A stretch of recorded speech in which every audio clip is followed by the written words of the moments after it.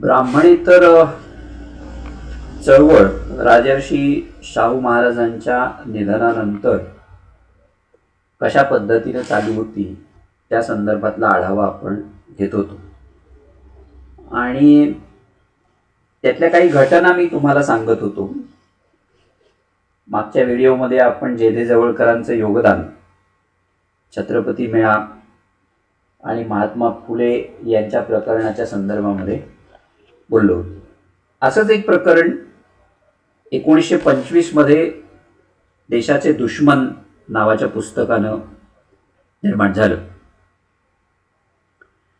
केशवराव जेधे यांनी हे पुस्तक प्रकाशित केलं आणि लाड यांनी ते छापलं. त्याची प्रस्तावना केशवराव बगाडे यांनी लिहिलेली होती. या पुस्तकाचा आशय चिपळूणकर आणि लोकमान्य टिळक हे देशाचे शत्रू आहेत अशा पद्धतीचा होता.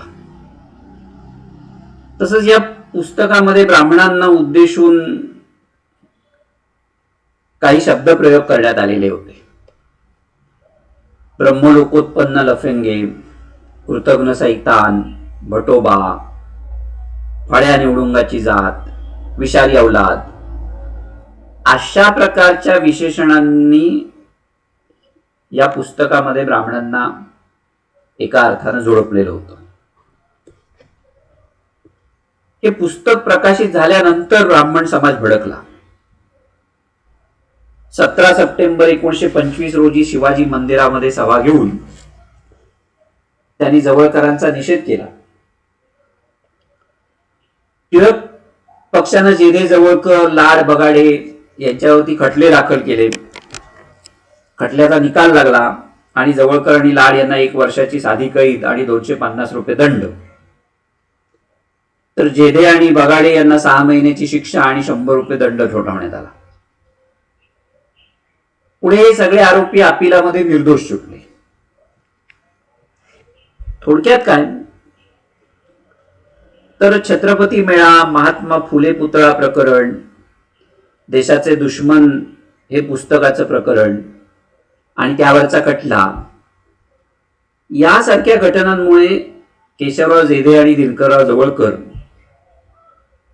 ही जी जोडगोळी होती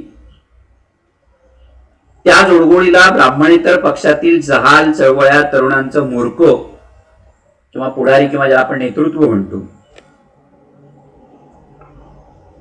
म्हणून ओळखायला त्या कालखंडामध्ये सुरुवात झाली. म्हणजे एका अर्थाने जेधे जवळकरांचा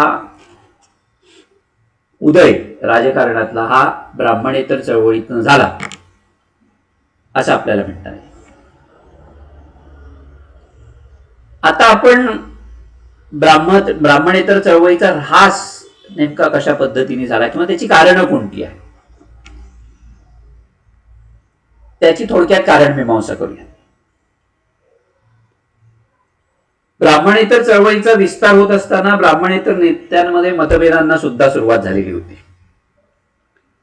आणि तीच ब्राह्मणेतर चळवळीच्या ऱ्हासाची सुरुवात असं म्हणता येईल. कारण ब्राह्मण विरोध या एका मुद्द्यावर चळवळीतील अनेक नेते एकत्र आलेले होते. धार्मिक, सांस्कृतिक, सामाजिक, शैक्षणिक, राजकीय अशा वेगवेगळ्या क्षेत्रातल्या ब्राह्मणांची मक्तेदारी मोडून काढली पाहिजे या मुद्द्यावरती सगळ्या नेत्यांचं एकमत होतं. पण इतर सामाजिक जे प्रश्न होते त्या प्रश्नांच्या बाबतीमध्ये मात्र या नेत्यांमध्ये मतभेद होते. ते एक कारण ब्राह्मणेतर चळवळीच्या ऱ्हास व्हायला किंवा ऱ्हासाची सुरुवात या अर्थानं आपण त्याच्याकडे बघू शकतो. ब्राह्मणेतर चळवळीचे एक नेते जे होते केशवराव बोले यांनी ब्राह्मणेतर चळवळीमध्ये फूट कशी पडली त्याच्या संदर्भातलं विवेचन केलेलं आहे. त्यांचं असं मत होतं की समाजामध्ये जातीयता इतकी भिनलेली होती की प्रत्येक जात आपल्या जातीचे हितसंबंध जोपासण्यामध्ये किंवा जपण्यामध्ये गुंतलेली होती. मॉन्टफोर्ट सुधारणा येऊ घातल्यावरती प्रत्येक जातीचा जो स्वार्थ होता तो उफाळून येऊ लागला आणि त्यामधूनच मराठेतर अशा पद्धतीचा संघर्ष निर्माण झाला. मराठे संख्याबळाच्या जोरावरती आपल्याला पुढे येऊ देत नाही अशा पद्धतीची तक्रार मराठेतर समाज करायला लागला आणि त्यामुळे ब्राह्मणेतर चळवळीतला आंतरविरोध जो होता तो वाढत गेला आणि तिची ऱ्हासाकडे वाटचाल सुरू झाली असं म्हटलं जातं. मराठा नेत्यांमध्ये चळवळीचं उद्दिष्ट आणि कार्यपद्धती याच्या संदर्भामध्ये एकवाक्यता नव्हती. त्यापैकी काही जण एकमेकांच्या विरोधात सुद्धा काम करत होते. ते एक कारण ब्राह्मणेतर चळवळीच्या ऱ्हासाचं आहे. ब्राह्मणेतर चळवळीच्या काही नेत्यांना अस्पृश्यांना समानतेनं वागवलं पाहिजे असं वाटत होतं, किंवा त्यांनी तशा पद्धतीचा आग्रह सुद्धा धरलेला होता. पण या चळवळीतल्या इतर नेत्यांचा अस्पृश्यांकडे किंवा अस्पृश्यांविषयीचा जो काही दृष्टिकोन होता तो इतका उदारतेचा नव्हता आणि त्यामुळे ब्राह्मणेतर चळवळ अस्पृश्यांच्या प्रश्नांची योग्य दखल घेत नाही असं चित्र तयार झालं आणि ही गोष्ट चळवळीला हानिकारक ठरली. ब्राह्मणेतर चळवळीनं केवळ ब्राह्मणांना विरोध आणि राजकीय लाभ याच्यावरती भर न देता शिक्षण प्रसार, सामाजिक समता यावरती भर द्यावा असं काहींचं म्हणणं होतं. ब्राह्मणेतर जातीत सुद्धा सामाजिक सुधारणा घडवून आणाव्यात असंही काहींचं म्हणणं होतं. परंतु बरेच जण अशा सुधारणांना अनुकूल नव्हते. किंवा काहींना केवळ राजकारणामध्येच रस होता, त्यांना समाजकारणामध्ये फार रस नव्हता. अशा प्रकारचे मतभेद ब्राह्मणेतर चळवळीमध्ये वाढत गेले आणि या मतभेदांमुळे चळवळीची काही प्रमाणामध्ये हानी झाली. पण जेधे जवळकर यांच्यात पुढे झालेले मतभेद, त्यांच्यातील फाटाफूट, त्यामुळे ब्राह्मणेतर चळवळीचं फार मोठं नुकसान झालं आणि तिचं भवितव्य सुद्धा अंधकारमय अशा पद्धतीचं झालं आणि त्यानंतर तिच्या विघटनाची प्रक्रिया जी होती ती सुरू झाली. ब्राह्मणेतर चळवळीनं काँग्रेस संघटनेशी संबंध प्रस्थापित करावेत की करू नयेत यावरून सुद्धा चळवळीमध्ये फूट पडली.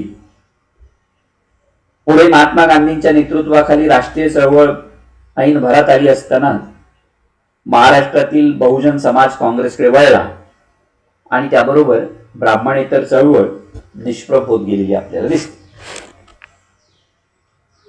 आता ह्या सगळ्या विवेचनावरून ब्राह्मणेतर चळवळी संबंधी असा प्रश्न निर्माण होतो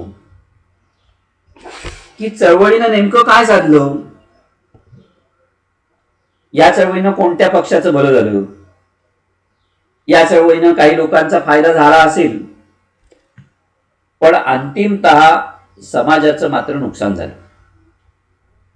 कारण या चळवळीमुळं ब्राह्मणेतर यांच्यामध्ये कटुता, द्वेष, वैर निर्माण होऊन समाजामध्ये जातीयता फैलावली आणि त्यामुळे महाराष्ट्रातील सामाजिक सलोखा नष्ट झाला.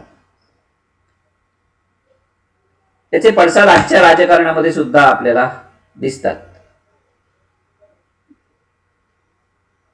महाराष्ट्रातलं राजकारण जे ब्राह्मणेतर अशा पद्धतीचं गेल्या काही वर्षामध्ये पुन्हा रंगाला सुरुवात झालेली आहे वेगवेगळ्या संदर्भामध्ये.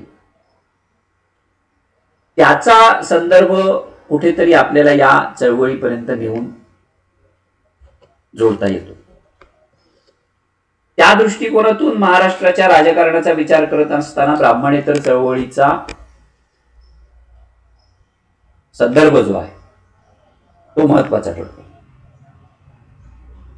पण असं जरी असलं तरी सुद्धा महाराष्ट्रातील बहुजन समाजाला संघटित करून त्यांचा स्वाभिमान जागा करण्याचं आणि त्यांच्या माध्यमातून सामाजिक राजकीय परिवर्तनाला चालना देण्याचं महत्वपूर्ण कार्य या चळवळीने केलं हे विसरून चालणार नाही.